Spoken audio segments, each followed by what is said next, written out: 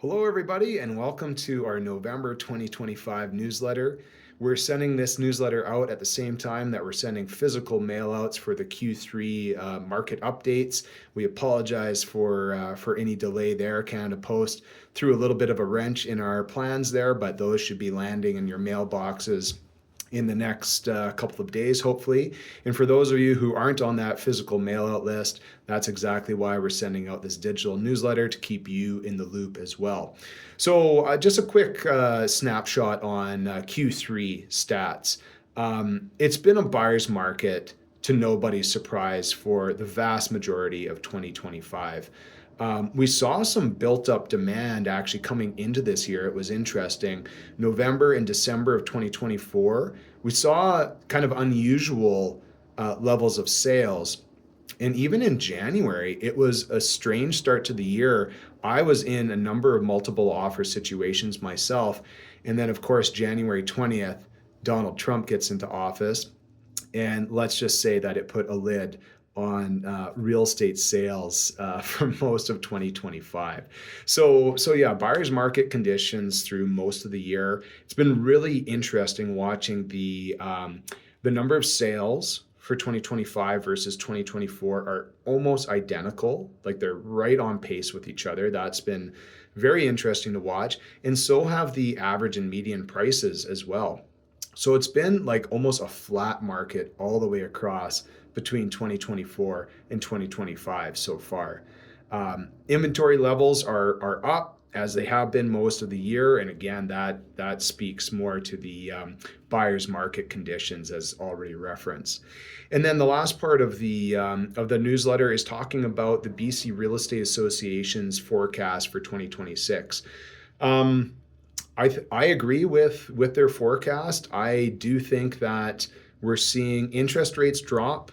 Obviously, we've had two consecutive drops, which is put interest rates into certainly a more affordable range for a lot of people, whether renewing mortgages or buyers getting into the market. And I think the other part of it is the economic uncertainty that we've all felt this year, mostly because of American politics. There's been a lot of sticker shock, obviously, throughout the year. I think we're finally getting to a point where we're getting through that a little bit. And hopefully, as we turn into 2026, Canada starts to find its footing as an independent country. And hopefully, for all of us, that uncertainty level just kind of comes down a little bit. And more people just start thinking about, either housing, whether they have to move, buy something new, whatever the case might be. So anyway, they are forecasting that sales are going to bounce back in 2026. They're going to increase approximately 10 to 12% over this past year. And I think we are due for that a little bit because, it's been almost 3 straight years of sales in BC that have been well below the 10-year average. And at some point that's going to end and we're going to bounce back from that and get to some more normal numbers. So I think for buyers and for sellers, specifically sellers, that would be a sigh of relief, get back to maybe some more balanced market conditions where, again, either buyers or sellers don't have so much leverage over the other party, because it has been a tough year for sellers to move some of their properties. And I'm sure a lot of those people coming into the spring of 2026 would love to be able to see that happen and move on to the next chapter in their life. So as always, I'm always looking for feedback for the information that we send out to clients. We hope that it's helpful and informative to you.